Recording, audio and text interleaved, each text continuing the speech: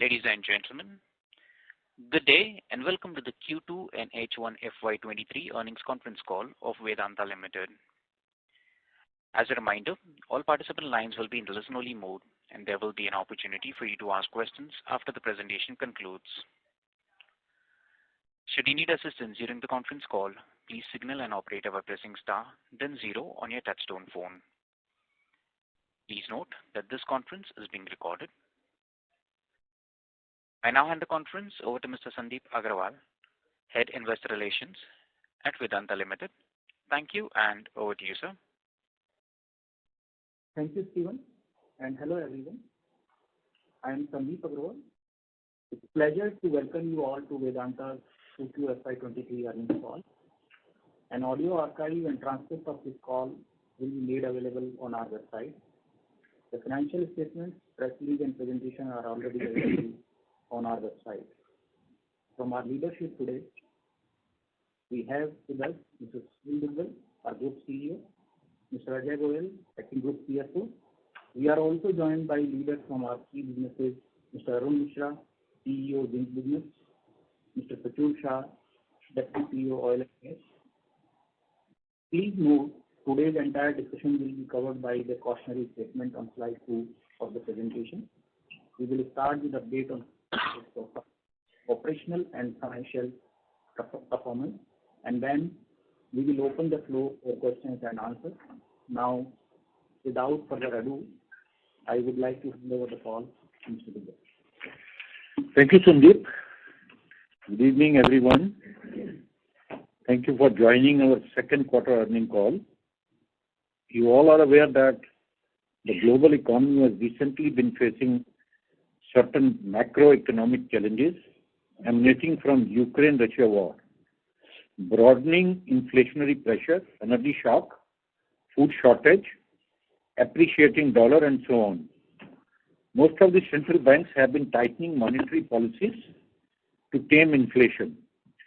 These near-term macro challenges have weighed down commodity prices during the quarter.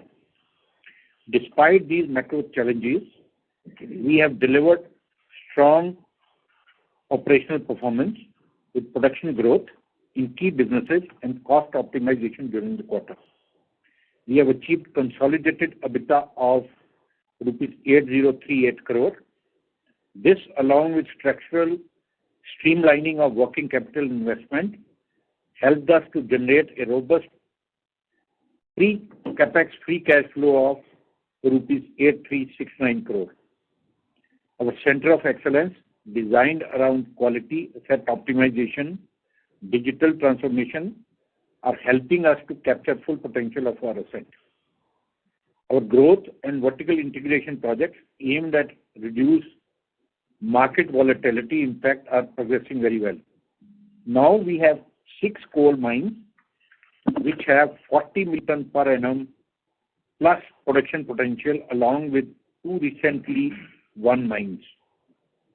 These mines will be more than sufficient to take care of entire coal requirement of aluminium business and help us to make it structurally strong. All these levers will make Vedanta stronger to deliver sustainable and predictable performance across all cycles and create stakeholder value. We remain committed to create value for our shareholders. In first half of financial year, we have distributed dividend of worth rupees 51 per share, which translates into dividend yield of 15.4%, one of the best among peers. Vedanta Group is one of the highest contributor to Indian Exchequer with 37,180 crore contribution in the first half of financial year. In our pursuit to uplift people's life, we have reached the milestone of 3,600 Nandghars for women and child welfare. Our Balco Medical Center has also signed MOU with Tata Memorial Center to drive excellence in cancer care. Our ESG program has been progressing very well. I am happy to share that Vedanta has entered into the exclusive club of top 10 DJSI ranked global metals and mining companies. Ranked 6th globally, with strong 14-point score improvement. Under the pillars of transforming the planet, we are on track to achieve 2.5 gigawatt renewable energy target. We have issued EOI for additional 500 megawatt RE procurement. Azadels Pantnagar is now our first unit to run entirely on renewable energy. Cane and iron ore business have achieved third-party assurance for water positivity. We are also making steady progress on waste utilization and R&D for new technologies. In continuation to our industry-leading people practices on diversity and inclusion, we have identified 120 women leaders who are being developed for future CXO roles. We are launching Shakti, a program for women leadership development in third quarter. Now, let us move to the business verticals. Coming first to the aluminum business, we completed Jharsuguda capacity ramp up to 1.8 million ton per annum. Our aluminum production grew by 2% YOY and 3% quarter-over-quarter. Our quarterly COP reduced by 8% to 2429 per ton. We have started Chokia coal mine operation in September 22 to rationalize our coal cost. Our linkage coal materialization also improved from 22% to 55% in the quarter.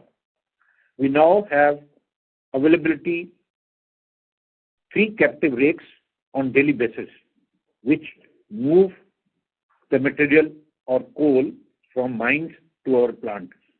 We continue to focus on volume growth and vertical integration projects to this business sustainable and predictable across all cycles. Coming to Zinc India, it achieved its best ever second quarter refined metal production of 246 KT, up 18% YOY, driven by improved smelter performance and better mine metal availability. Silver production grew by 28% YOY. The operations have overcome quarterly variation and are now sustainably at 1 million ton per annum plus run rate. The next focus is to achieve 1.2 million ton per annum run rate in the near future. Coming to Zinc International, Hansberg recorded highest ever quarterly MIC production of 55 KT with a 43% YOY increase, driven by higher ore production and higher zinc recoveries. Cost of production also improved through potential operational efficiency. We have successfully gone through learning curve to handle the difficult ore and now operating at about 300 KTPA run rate in the current quarter. With Hansberg Phase 2 expansion, Zinc International will be among the largest operations globally at 500 KTPA plus size of operations. In oil and gas business, our average gross operated production was 141 KBOPD. Natural production decline was partially offset by infill wells in MB1 and RDG2 field. We are focused on delivery of growth project. We have hooked up 8 wells during the quarter. OPEX increased by $0.5 per barrel, QOQ to $13.5 per barrel due to increase in polymer prices and maintenance activities. We continue to engage with government on special excise duty within the framework of PSC and RSC. I am pleased to inform you that government has extended PSC for our Rajasthan block for another 10 years. To establish shale potential, we have partnered with Halliburton in Schlumberger to drill pilot wells in Barmer. Our Cambay infill campaign is looking promising. The third well came online in September and has helped increase production from 9K to 12K barrels per day. The business secured 8 blocks in discovered small fields in round 3 and 1 coal bed methane block in special CBM round 2021 across onland and offshore regions. Coming to iron ore, our Karnataka sales increased by 7% YOY. though prices remain under pressure, because of the export duty. Pig iron production was lower on YOY basis due to shutdown of smaller blast furnace. The Government of India imposed import duty on iron ore, pig iron, among others. This impacted our realization and our margin fell 88% sequentially.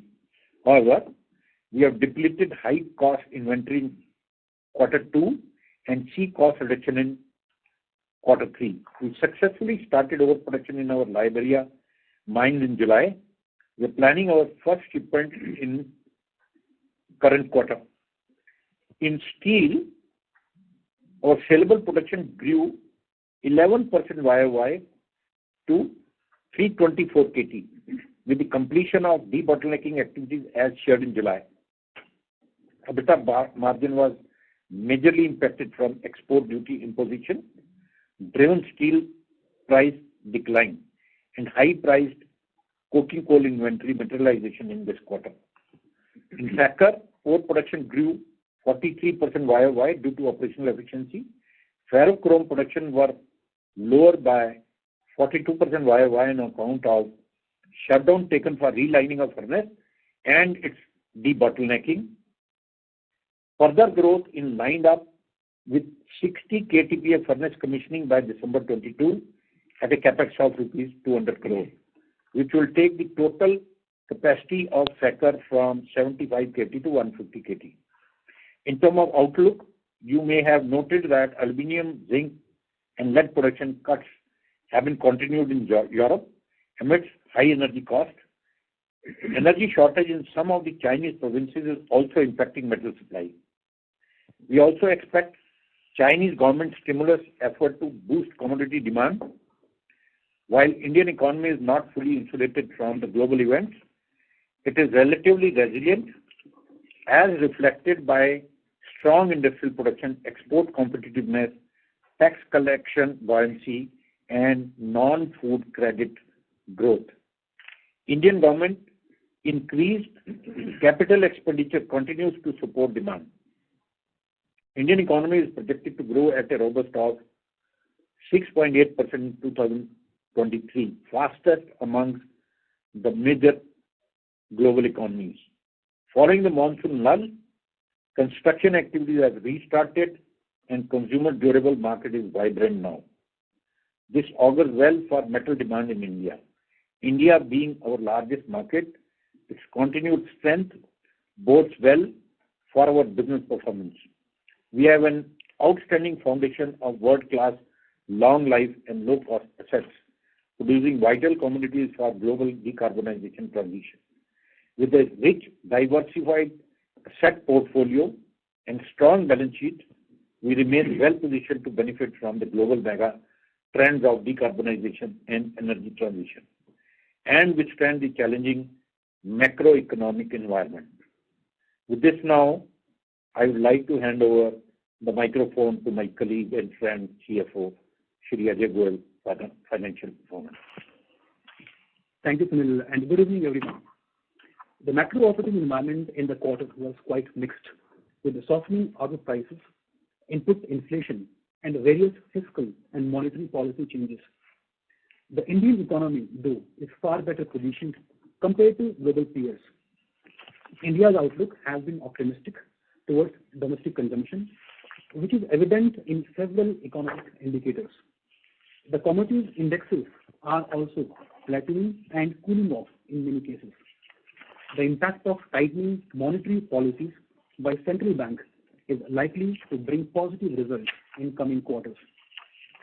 This quarter, we have pursued various initiatives which resulted in strong performance despite input inflation and softening pricing on output side. Our businesses have delivered strong quarterly revenue and very robust free cash flow before capex, which is driven by working capital initiatives, where we have reduced the number of days structurally by 15% quarter-on-quarter and optimized inventory levels. This should continue to benefit us in terms of cash in coming quarters. Our focus remains on attractive returns to shareholders with highest ever 15.4% dividend yield. Our leverage stays at best amongst Indian peers at 0.7x with a strong ROC of 28%. I'm happy to share that we are progressing well on deleveraging commitment at Holdco, which is 4 billion over next 3 years. We have deleveraged the Holdco in the first half of the year by 1.4 billion.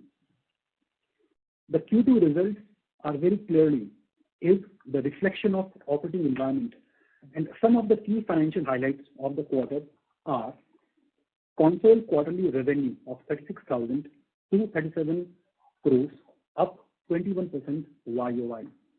Quarterly EBITDA of 8,038 crores, lower 24% YOY, with strong EBITDA margin of 25%. Free cash flow before capex of 8,369 crores, and you would note that the free cash flow pre-capex for the quarter is more than 10% of EBITDA. So the EBITDA to cash conversion ratio has improved almost 2x of the recent past.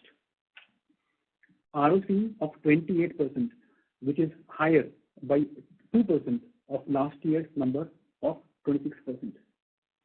We continue to maintain healthy cash and cash equivalents of 26,543 crores, with net debt to EBITDA, the leverage ratio of 0.7x, maintained at low levels amongst all Indian peers. And finally, we paid the second interim dividend of 19.5 rupees per share, amounting to 7,249 crores in the second quarter, which takes total dividend payout for the first half at 61 rupees per share. That amounts to almost 18,933 crores, one of the best dividend paying companies in India.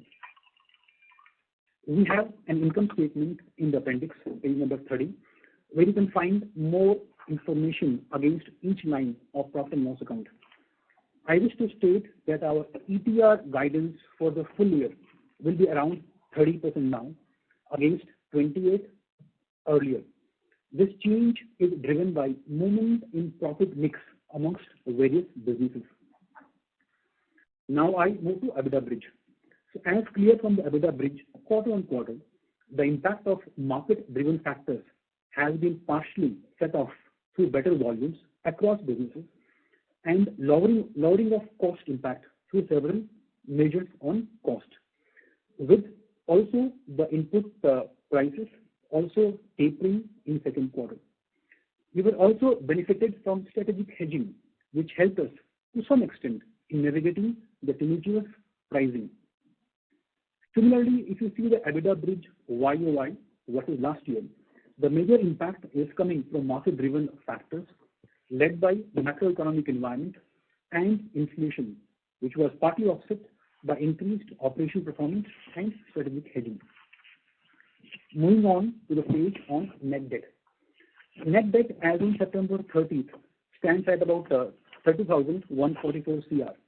Again, on net debt bridge, as I mentioned at the beginning, through various initiatives, we have improved working capital, which resulted in strong free cash flows before growth capex, amounting to 8,369 crores. This enabled us to declare interim dividends in second quarter. The increase in net debt in Q2 sequentially quarter on quarter is due to amount invested in capex in second quarter through borrowed resources. Moving on to the balance sheet now. Our balance sheet remains resilient, providing both protection and optionality for growth. We achieved net debt to EBITDA, as I mentioned, 0.7x, well within the range of our capital allocation framework and best amongst Indian peers. Our average maturity maintained at about 3.8 years, with average cost of borrowing at about 7.7%. Our credit rating continues to be at AA with a stable outlook, both by India Ratings and CRISIL. We are investing for future, both in terms of value-driven growth and positioning the portfolio for longer-term demand themes, while remain committed to capital allocation discipline.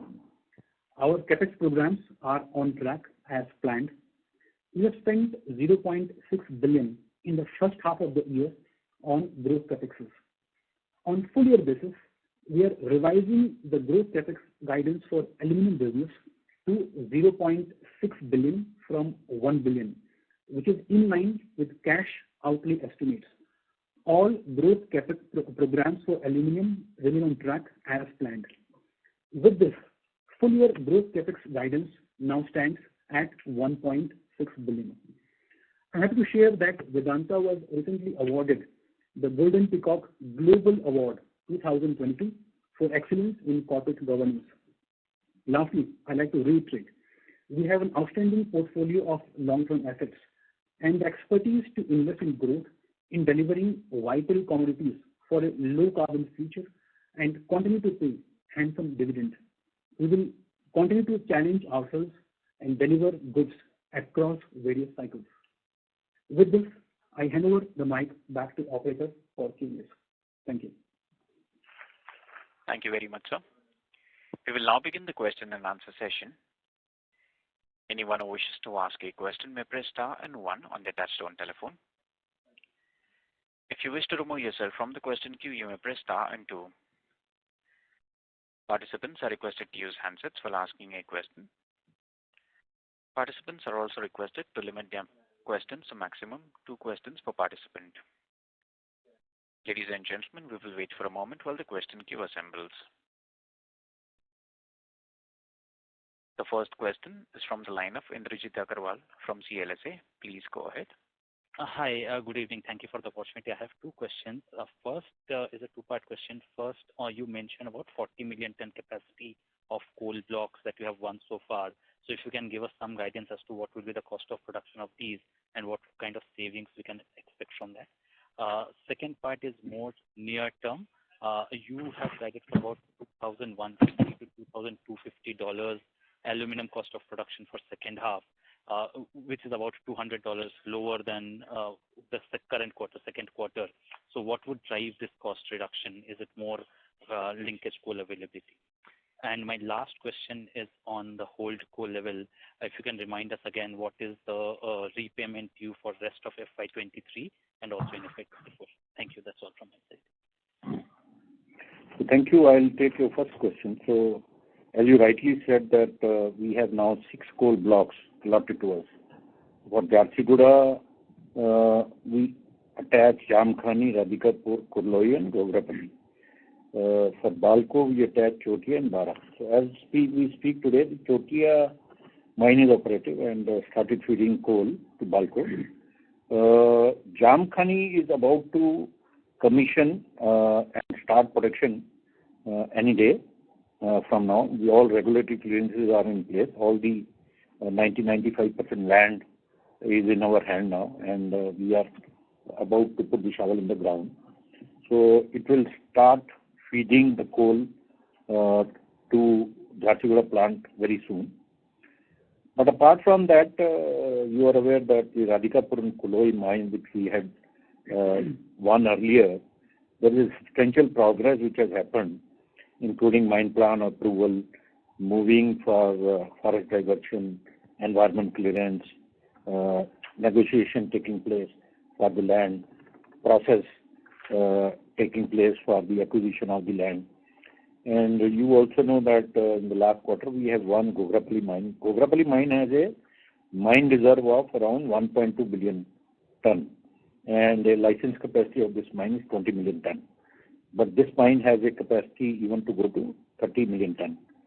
So Bara is a very recent block which we have won. It is more like an exploration block, but as the data we have, it has a geological reserve of around 900 million ton. So this can easily produce 10 to 15 million ton per annum. So in total, it will take a very conservative capacity. It is 40-45 million ton. But the full capacity from these mines is around 60 million ton. So even if we have a risk that how much long or what risk is there to make these mines operational, we should be able to get the security of 30-35 million ton, not very far out from today. And we have made a year-wise plan that how the mines are going to open up and how the coal will be found. From the year, it will start feeding the coal maybe from the current year. There is a progressive reduction which is going to take place from say 0.9 rupees per GCV to 0.5 rupees per GCV. So there is going to be a substantial reduction in the cost in 3 years from today. This is against current cost of 1 rupee 20 paisa, 1 rupee 30 paisa, which we have in the current quarter. But if we actually work out the power cost at 0.5 rupee, it comes to somewhere between $325 or so per ton, against maybe more than $1,000 of the power cost which we had in the last quarter. So there is a very solid plan of how the fuel prices are going to be controlled in the coming years. So what was the second question? On the near-term cost reduction in aluminum business. Yeah. So we have given a very conservative notice that we had $240 cost reduction in quarter 2. We are looking at a cost reduction of say $300-350 per ton in quarter 3, coming from the various levers. The last quarter, only from the power cost, the reduction out of the total reduction, $240, $170 was from power. And I also mentioned in the talk track that now we have 3 captive rakes available with us. With the 3 captive rakes which are available with us, we are able to move the substantial quantity of coal to Jhatidhara.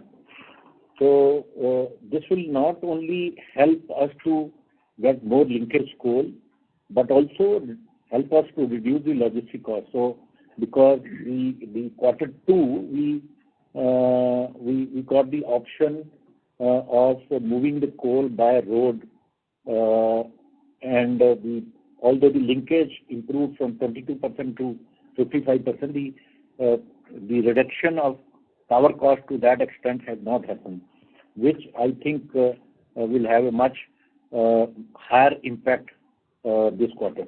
But apart from that, there are other initiatives of the operational efficiency, but the CT coke, CT pitch prices are also going to get controlled. We have certain strategy around how these prices will be brought down. And of course, the depletion of the high cost alumina and getting into the cycle where we have the alumina available at current prices. So a combination of these 3 factors, I believe that we should have a cost reduction of $300-400 in the current quarter. On the third question, Indrajit, in terms of the whole debt, and maybe what we can do, we can look at total liabilities, which is a combination of loans, bonds, including the interest and the cost. So if you look at the current fiscal FY23, H1, the total liabilities are about 3 billion, and out of which you may have seen when we paid 2 dividends, and the balance about 1.3 billion at VRL got refinanced, mostly through Indian PSU bankers with the longer term maturities and the lower cost. So net in H1 against the 3 billion liabilities, almost 1.4 billion, as I mentioned initially, has been deleveraged. So in first half, the VRL debt came down from 9.7 to 8.3. In second half, the liabilities, including interest cost, is about 1 billion, and which will be again mostly get refinanced. So overall, in the current fiscal, almost 4 odd billion, a combination of loans, bonds, interest cost, and 1.4 billion is deleveraging. Now, as 24, again, it is more or less same. So 3 billion is liabilities, loans, and the bonds with interest cost. So 4 billion is the maturity in F24. I just wish to make one point that the F22 and F23, most of the VRL debt did also emanate from the loans taken for increasing the stake, which were mostly unsecured, and which is getting repaid in second half. Coming F24, most of maturities are from secured bucket, which are easier to refinance. Net, so 4 billion in both the years, and deleveraging of 1.4 billion in the current fiscal. Thank you for your elaborate answers. All the best. Thank you. The next question is from the line of Amit Dixit from ICICI Securities. Please go ahead. Yeah, good evening, everyone, and congratulations for a good set of numbers in very challenging times. I have just a couple of questions. The first one is on essentially the increased capex guidance for Balco expansion. If you could throw some light on the key elements, because it is very unlike of Vedanta to revise cost upwards. So if you could throw light on the key elements that has led to this increased capex in Balco expansion. That is the first question. The second one is on the sharp reduction in oil and gas production guidance. Do you think that you would be able to achieve the FY24 number that was laid out in the analyst meet in March? So these are the two questions I have. So I'll try to answer you the first question, and for second question, I'll also take the help of my colleague and friend who is there on the call, Satul Shah. So the first question is about the capex cost revision of the Balco project. So this is in 2-3 parts. As you would remember that we had got the smelter project approved with the similar capacity of billet production. So there some capex increase is there because of the various events which have taken place and the commodity prices from the time it has happened. There is some cost increase it has happened, but majorly there are 2-3 things beyond this. One is that the primary foundry alloy project, which was not a part of the bigger scheme of things, and we have seen that what could be the right way or what could be the right product to get the right NEP from the market, and the value-added product portfolio should be such that it should be accepted by the market. So we have planned to add a capacity of 90 KTPA of primary foundry alloy. The another factor here is that rolled products, earlier the sanction was to increase the capacity from 50 KTPA to 130 KTPA. And now we want this capacity to be 180 KTPA. While we are executing the project or roll product, we realize that it is good to have this capacity. So 8 KTPA will be the final capacity for the roll product, 80 KT for TFA, 420 KTPA for billet, and along with that the original capacity of 414 smelter capacity. So this will take the total VAP capacity to more than 100%, so say around 105%. So this will fetch us the right premium and will also enable us to serve the market in a wider portfolio. And that is why the cost increase on 3-4 factors which has happened. Oil and gas production. Yeah, so oil and gas production, while we have been able to majorly arrest the decline by doing the project on RDG and well intervention and some production which has also come from Cambay and Rawa. But more to happen, and as we speak, we have seen some success in the current month, and the next year guidance will be that depending on the acceleration success, but some advantage may also come from ASP and shale. Of course, this is going to take some time before these projects will realize the volume for us. But Prachur, over to you for a little more detailed explanation. Thank you, Bhupesh. So from a production point of view, in Q2, there was slight impact on production primarily in our MBA field, where we had some impact of a polymer breakthrough, where we had to change our operating strategy from a chemical to a mechanical one. But we have overcome that, and we are currently deployed with Schlumberger and Halliburton to recover the recovery from MBA. And as Dugalji mentioned, we have drilled offshore now, and in offshore we have had success in Cambay offshore, where we are currently increased the production from 9K to 13K. And the Rava drilling campaign, the first well was successful, and the second one, which is ongoing, or the third one, which is ongoing, is potentially on the line of success. So in the short term, these are the certain levers that will bring the production back up. In fact, in October itself, we have seen an uptick of close to 6K. This one. In terms of long term, the exploration wells continue, and as we have heard that we have got the extension which will unlock the exploration program, which was kind of held back during the temporary extension period. So that should bring back the robustness on the volume growth as we go into the next year. So in a nutshell, in MBA field, the production should come back because these temporary factors are now off the table. Is it the correct understanding? Yeah. So basically, the natural decline, would be offset by the measures that we are currently taking, which is moving to a more mechanical workover compared to the chemical workover that was happening. Yes. Okay, understood. Thanks and all the best. Thank you. The next question is from the line of Ritesh Shah from Investec. Please go ahead. Hi, sir. Two questions. First question has three parts. So first question broadly on capital allocation and ESG.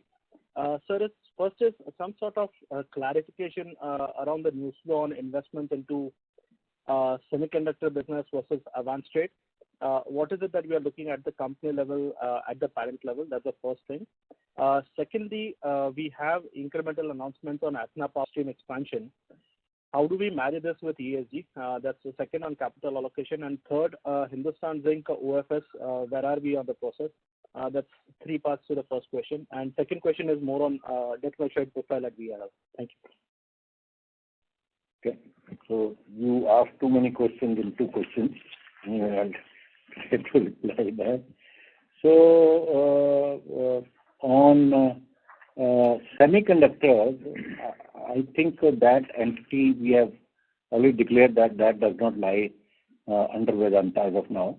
I will not be able to comment on that in this call, although heated the negotiations and the discussions are going on as we speak, and this project is going to hit ground as soon as possible. This was one. The second, you said that. Sir, can I just sir, so semiconductor expansion won't fall under Vedanta listed entity. Is that thing right? Yes, that's what we have declared as of now. Okay, perfect, sir. Done. Sorry, sir. So as far as Athena Power is concerned, I don't think the carbon footprints are going to increase because of that. This will actually, there is a strategic call which has been taken based on the power equation which will be there for Balco. And one of the option is to feed power to Balco new smelter depending on the power equation we maintain through Athena. So overall footprints are not going to increase, but you must have also realized the way we are progressing on renewable power. You may not have heard from any other global player because 550 megawatt already signed with Centrica, and there is a lot of progress which has happened in the land acquisition and tying up of the transmission network and the ordering of panels. And we have also given a LOI of EOI of 500 megawatt for another set of power requirement in all our locations. So this will be more than 1,000 megawatt against our commitment of 2.5 megawatt by 2030. So in 2 years, we have moved at quite a bit. And apart from that, you must have also heard that some of our units like Pantanagar is completely on renewable power. We have purchased more than 1 billion units of renewable power in the current year already from various sources. So our commitment of ESG is above any question. So we are totally committed. Not only on RE, we have made a substantial progress on all the pillars and all the aims, and that is why you must have seen that our DJSI rating has jumped by 14 points, and this is the maximum rating probably you must have seen any jump in any global mining and major mining globally. We have a full focus on the biomass usage. There are a lot of other ESG projects which are going on. We have started capturing flare which was going in the chimneys. We have started generating 4.4 megawatt power out of that. So there are large number of projects which are going on ESG. We have also committed that in the period from 2020 to 2030, we will plant 7 million trees. 2 million trees we have already planted in the last 2 years. So against a commitment of 7 million in 10 years, 2 million trees are already planted. So there is a lot which is happening in this space. Sure, sir. Sir, Hindustan Zinc OFS status check. That is for the government to answer, because what you are hearing from the market, I am also hearing. They are going for a road show, and they are quite excited to sell it into the market through the OFS group. So on the last point, Ritesh, if I may answer. Sir, I'll just refine the question on the maturity. So you did indicate in I think one of the initial questions on $3 billion was taken care of in first half. I just wanted to know the sources for that. And secondly, in FY24 you indicated 3 plus 1 total $4 billion. Just wanted to get a sense on how are we looking to basically fund this, and if you can tie it up with two variables. One is the pledges at Vedanta level, pledge or incumbent at Vedanta level is already nearly 100%. And secondly, GR to RE, I think we already got shareholders approval. Are there any other approvals which are pending? And I presume it could be NCLT or something else. And if NCLT gives the approval, do we still need to go for creditors to get approval for them to actually use those funds towards payouts? Yeah, so I'll try to cover Ritesh in all of those briefly. So you're right. So in terms of the H1 current year, we are in maturity of 3 billion. The source remains almost 1.6 was dividend. You may have seen we paid 2 dividend, the first in the first quarter and the second in the current quarter. So 1.6 is dividend, 0.2 is a brand fee. That makes 1.8. And roughly 1.3 is a refinancing. Now, one significant change in terms of refinancing remains that most of refinancing in the current year first half is done through Indian PSU banks, including SBI, which comes, of course, at a cheaper rate and the longer maturities. So dividend brand fee 1.8 and 1.3 is new loans. H2, as I mentioned, is rather small. It's about $1 billion, and we don't see a much challenge. We are in advanced stage of various discussions with both Indian PSU bankers and couple of multinational banks.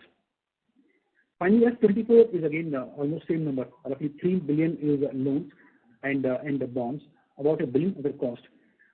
Most of F24 maturities onwards are coming from the secured bucket, as I mentioned, and hence refinancing will not be a challenge. Net Ritesh, the plan for deleveraging of 4 billion over 3 years remains intact, and all other priorities on allocation of capital remains subservient to this goal.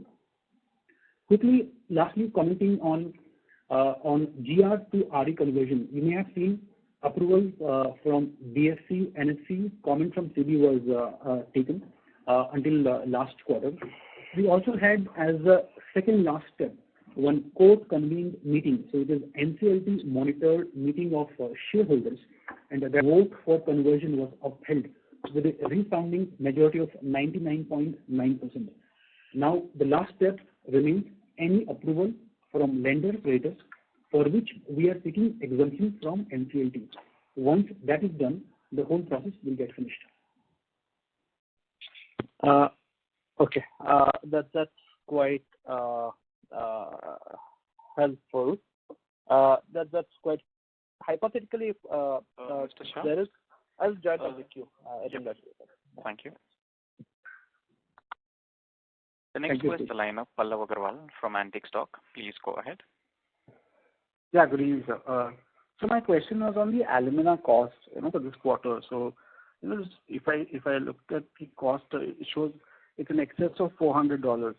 So would it make more sense for us to actually buy more external alumina because those prices would be lower than, $400 per ton, at least in the third quarter? No, I think the overall alumina cost, the decrease, per ton of hot metal decreased by, say, around $90-$100 in the last quarter. And alumina and Lanjigarh cost was higher because compared to the previous quarter, because the previous quarter the one time the approval was taken by OMC for sale of the additional quantity, and we had some shutdowns also during that quarter. So that differential is there, but in the current quarter, you will see the cost reduction coming up in the next quarter because of the alumina production from Lanjigarh. Okay, sir. So, okay. The other thing was, in the copper segment, we've reported, I think, a positive EBITDA. So, some earlier quarters we were reporting a loss. So, what has led to this improvement over there?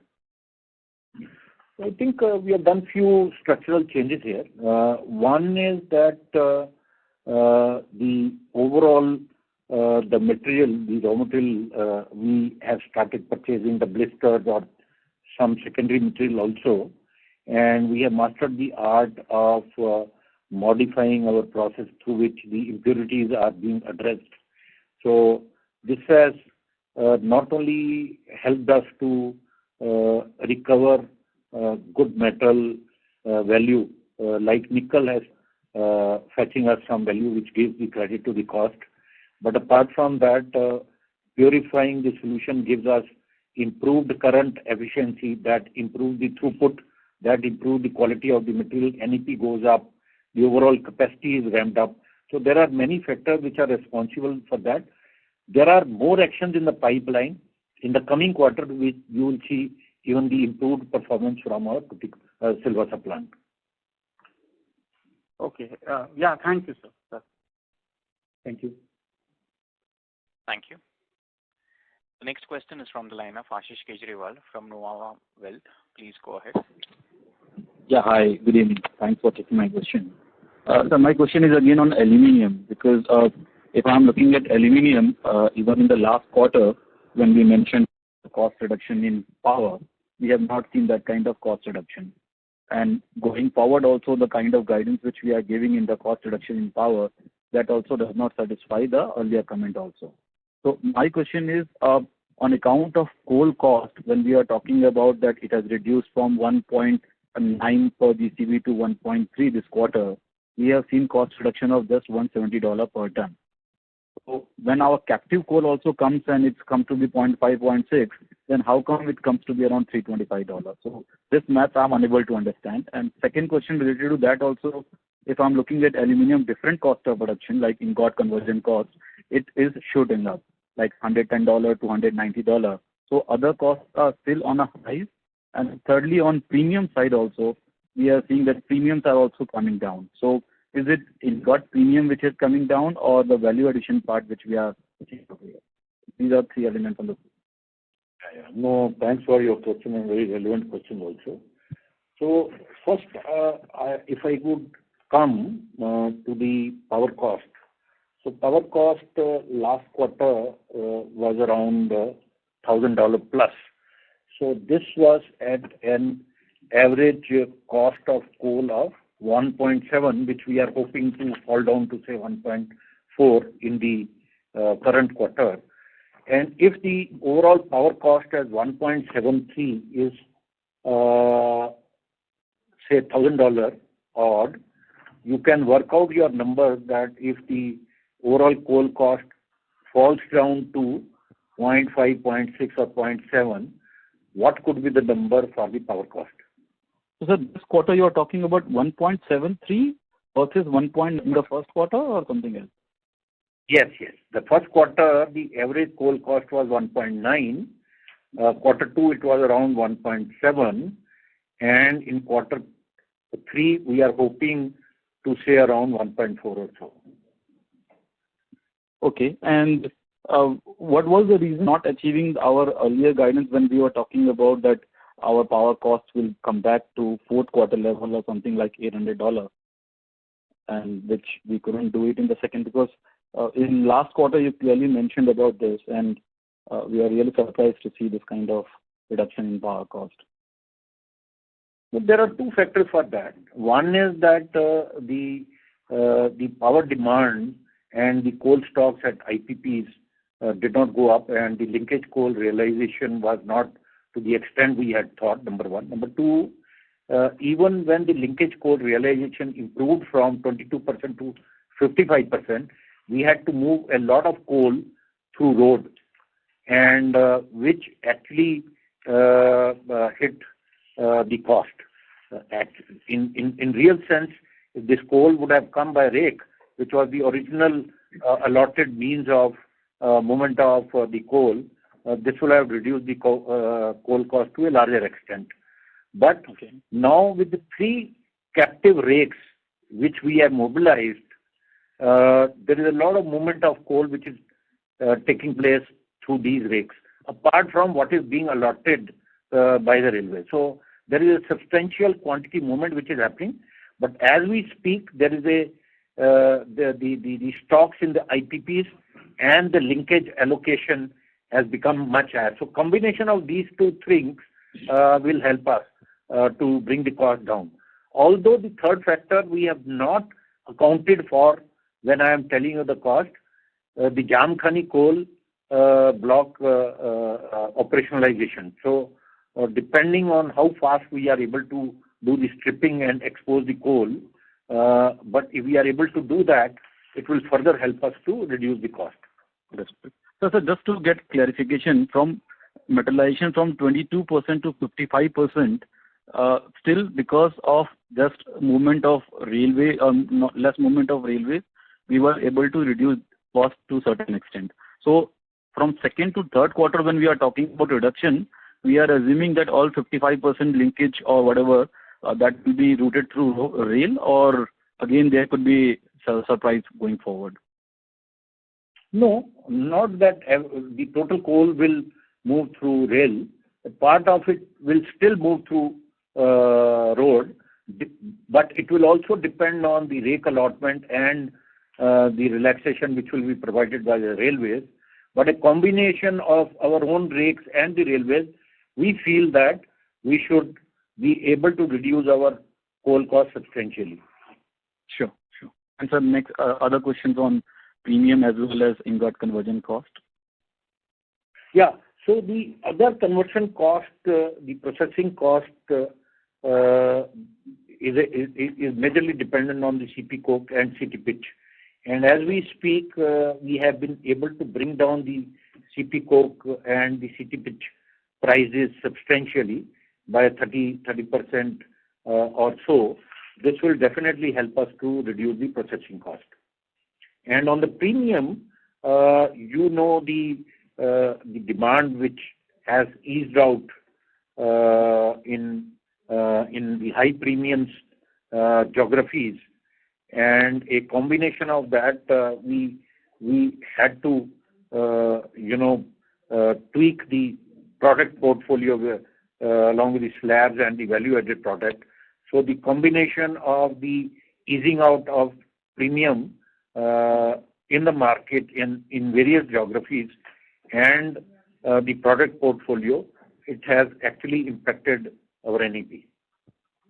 Sure. And sir, lastly on alumina, whether we are producing at a lower cost than a purchased alumina?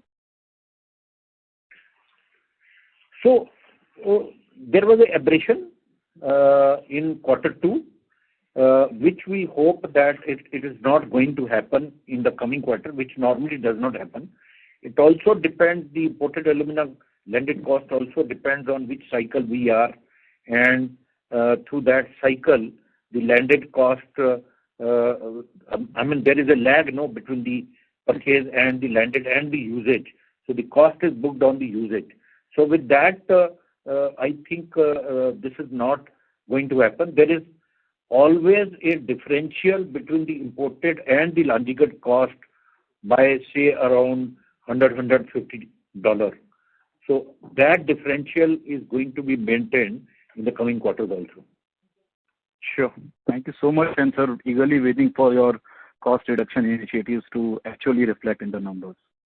Thank you and all the best. So that is our biggest motivation as of now. Thank you, Ashish. Thank you. Ladies and gentlemen, we take that as the last question for today. I now hand the conference over to Mr. Sandeep Agrawal for closing comments. Over to you, sir. Thank you, Stephen. And thank you all for taking the time out to join us. I hope we were able to answer most of your questions. In case you have further questions, please feel free to reach me or my colleagues at IRT. This concludes today's call. We look forward to reconnect with you on next quarter of the call. Thank you, everyone. Thank you.